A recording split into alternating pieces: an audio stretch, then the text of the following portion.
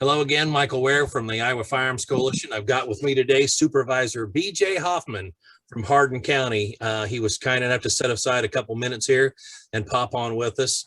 We understand there's some fantastic news coming out of Hardin County regarding Second Amendment sanctuaries. Would you fill us in on that, please? Absolutely. This morning, the Hardin County Board of Supervisors unanimously approved Hardin County as being a sanctuary county for the Second Amendment. So life is good, God is good, Hardin County is great. So couldn't have done it without the support of our local Hardin County firearms constituents. And it was a grassroots effort. This is something that's been in the works for over a year. And so it'd been hanging on my bulletin board in my office. I recently won re-election after my first term. I ran on this. So this wasn't something that was snuck in.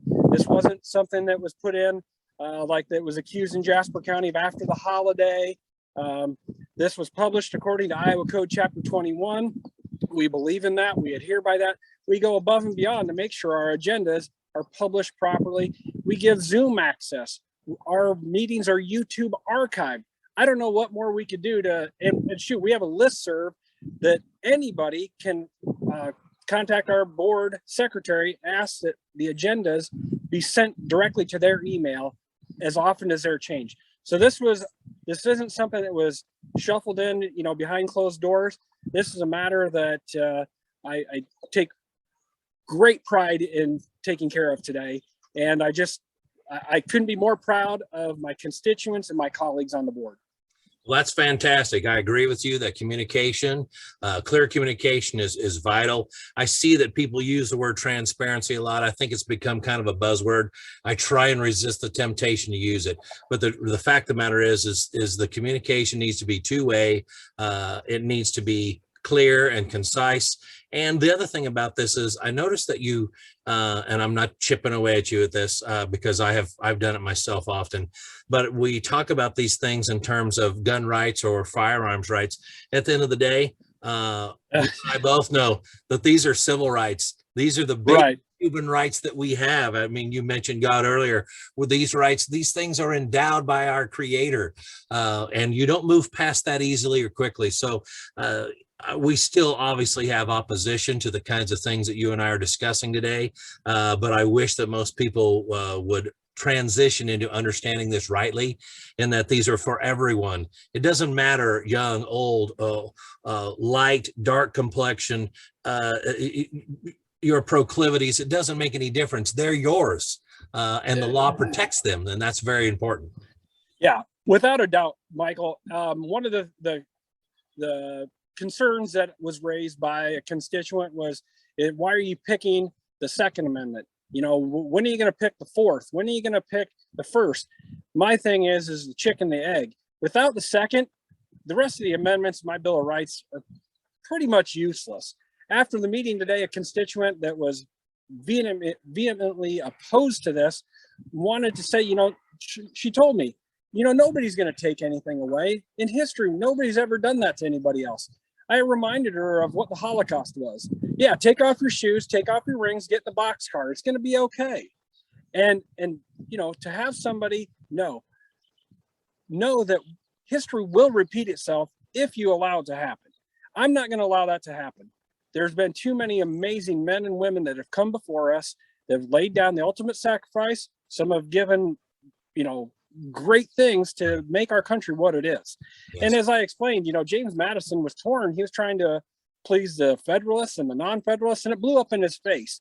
Well, if this was any other constitutional right that I thought that the people of Hardin County were being infringed on, I'd be doing the same thing.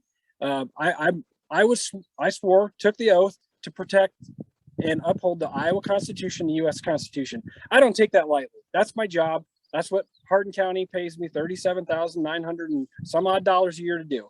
And I'm going to do it to the best of my ability. And, that's what the good Lord is given me to do. I like all that. That's just fine. And the funny thing about it is we seem to be pretty short on history and pretty short on memory bank. There are more examples, obviously, but one that was egregious and happened right here in this country not long ago was Hurricane Katrina, where people drove around and literally just pulled people over, confiscated, went house to house, and took people's guns because they were afraid that something was going to happen or there would be some sort of anarchy. And then rather, I'm telling myself, well, who did you confiscate weapons from? People who are likely to do damage to others, or people who would no longer have any defense for themselves. So this idea where nobody's going to come take your gun away, how many examples do you need, whether it be through legislation, restriction, a tax on this, whatever else? I say in every one of the, I'm trying to get to the point anyway, where I say in every one of these videos that gun control is slavery through other means. Because Jim Crow rolled up and said, I don't want this person or some of these people to have this, this, and that. And it impacts people of color. It impacts people of low socioeconomic status. And we out here get our rear ends kicked when we can't buy our way through status or money through those lower levels, because gun control and the things that naturally come along with it create a tiered justice model. I know that you know that, BJ, and I wish that this lady did. Hopefully sometime, maybe sometime that she'll read something or start to understand something that will give her some enlightenment. But until then, we'll keep chipping away at one piece at a time. And I appreciate that Hardin County's taking this step. Thank you for that. Yeah, well, thank you. And you know what? I got to give credit where credit's due. My sheriff, Dave McDaniel, amazing gentleman. He's a man of God. He's a man that believes in the Constitution. He's going to uphold it. Today's decision didn't come lightly. It wasn't something that you just throw around willy-nilly. This is life and livelihood, pursuit of happiness, everything. I also want to give credit to my county attorney, Daryl Meyer. He's a man of God. He's a man that believes in the Constitution. Shoot, when he campaigned, he dressed up, with the powdered wig and rode his Harley Davidson in the parade. He's a great man. But fantastic. These counties, and then the last person, Brandon Talsma, he and I, believe it or not, we sit on the Central Iowa Community Services Mental Health Board.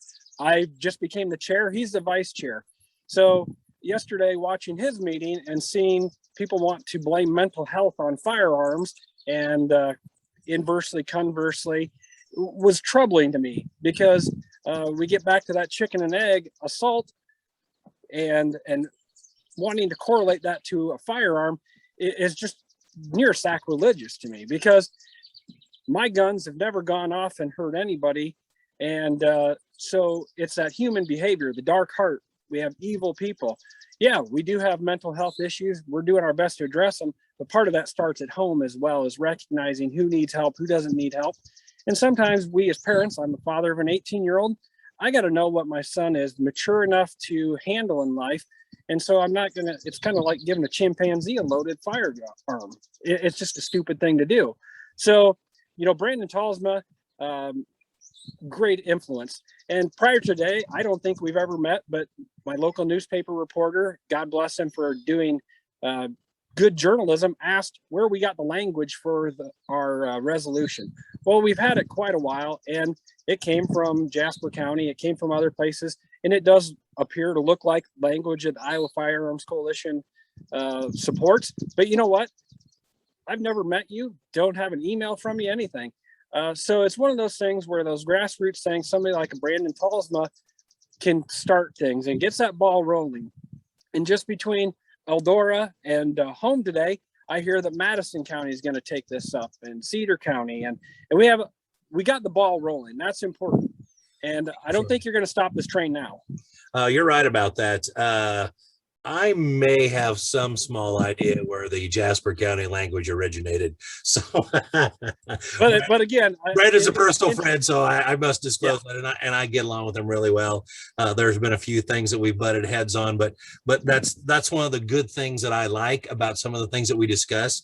We may not always agree, but I really enjoy the spirit of the discussion, because you and I may have a few things that we'll repart ideas on, but we don't leave the conversation unhappy with one another. And that is lacking sorely in what we do today in culture and in politics. So thank you for the stance. I appreciate that. Now, absolutely. You did touch on Madison County and Cedar County. I've spoken with both sheriffs today. So it's funny that you mentioned that the sheriffs and the county attorneys and the other local officials are part of this. This isn't just a couple or three board supervisors in various counties deciding, well, I've got nothing else to do today. I'm going to throw some stuff on the wall and see what sticks. That's not what's happening here. No. And so what I'm seeing is sheriffs and others actively involved in pushing forward civil liberties, civil rights. That's fantastic. That's what we want. That's what we deserve. That's when people, as you said before, raise their hand and take an oath of office. They're saying that they're going to do those things. So it's important that they do. Right. And it's important that I think that your followers understand that when I read that, well, Blackhawk County needs to do this, Lynn County needs to do this, Scott County needs to do this. Yes, they do. But it's almost laughable because that the hypocrisy that comes when you do raise your hand for some elected officials needs to be called out. And so either you have to step up or step away. But, it's one of those things where I think our culture's come to find out that whether you run for city council, township trustee, county, supervisor, school board member, there's a sacrifice to it. But at the same time, you're taking that oath, and it's something you got to take very seriously because it is culture changing decisions you're making. Yeah, I agree. Now, as we move forward and we see quite a few counties pick up this mantle and run with it, what we really need to do, or what we really benefit from truly, because don't misunderstand me, BJ, I'm not marginalizing anything that counties do because they work very hard, as you know. But what I'm saying is you end up with basically a potential patchwork of liberty, for lack of another way of explaining it. So what really needs to happen is the state to handle this on a state realm. I would be tickled to see the legislature push something through, vote on something, or better yet, the governor and lieutenant governor come out and say, you know what, we're listening. We heard Iowa's a Second Amendment sanctuary state. Other states have done it, in fact, several. And I'm looking forward to Iowa saying that we believe in civil liberties, we believe in your rights, and we're going to say exactly that. So that's my hope. Michael, I think that the iron is hot. It's time to strike. We saw Governor Reynolds send our men and women of the Iowa State Patrol down to secure the border. That's a constitutional issue. Without borders, you have no republic, no constitutional republic. So that sends a strong message. Why not strike while the iron's hot? And we know that the legislature is likely going to convene sometime around the 15th of August to do some redistricting work. Why not come in and address some of the other issues that are going to likely impact Iowans and make this so, I honestly don't believe that the people of Lynn County stand a chance of being able to reside in a Second Amendment sanctuary county. Very, very little promise there. But I believe that Speaker Grassley and Senator Chapman, President of the Senate Chapman, when they convene, they could do something. It's a whole lot simpler than it sounds. Really, it is. So it's one of those things where it might be midsummer. It's the dog days of summer in politics, kind of. We're getting county fairs and stuff. As you see your elected officials, get out there, tell them, hey, while you're in Des Moines working on redistricting maps, how about protecting our constitutional rights? Yeah, I like it. Anything else that we need to cover before we part?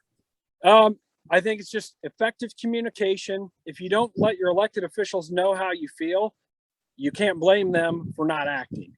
So once again, I'd love for the people in Lynn County to surprise you and I both, and Brandon,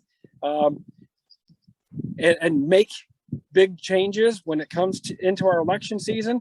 But until then, you got to recruit good candidates that will swear to you that they will uphold the Constitution. And that's why, I can't give my sheriff and my county attorney, because without them, you've got nothing to support this. Because I passed this today and my sheriff says, heck with you, I'm not doing it. That's a pretty tough road to hoe at that point. The last thing I want to tell people, this is not a gun issue. This is a Constitution issue. This is a God-given rights issue. So when the argument comes up at the golf course tomorrow, in the cafe in the morning, at church on Sunday, remind them this is not a pew-pew issue. This is a Constitution issue, that if somebody wants to infringe on your Second Amendment right, every other right is alienable at that point. So that's all I've got to say today, Michael. Fantastic. I have one quick question that's off topic. Sure. How many gallons is the hat? 3, 5, or 10? It's a 7 3/8 Kemosabe from Aspen, Colorado. I love it. Beaver, Fantastic, worth more, man. worth more than my first Honda Civic in 1991. Yep. I've got some cowboys in our family that live in northern Missouri, and you don't catch my uncle without a cowboy hat very often. So I appreciated seeing it. This is my get business done hat, and I got the cowboy boots on. When they hear me coming on Wednesday mornings, people take notice. There you go. The supervisors meetings there to get work done. Absolutely. I like it. Working for the people of Hardin County. Let's do this. Thank you, sir. Michael. Take care, sir. Thank you. You bet.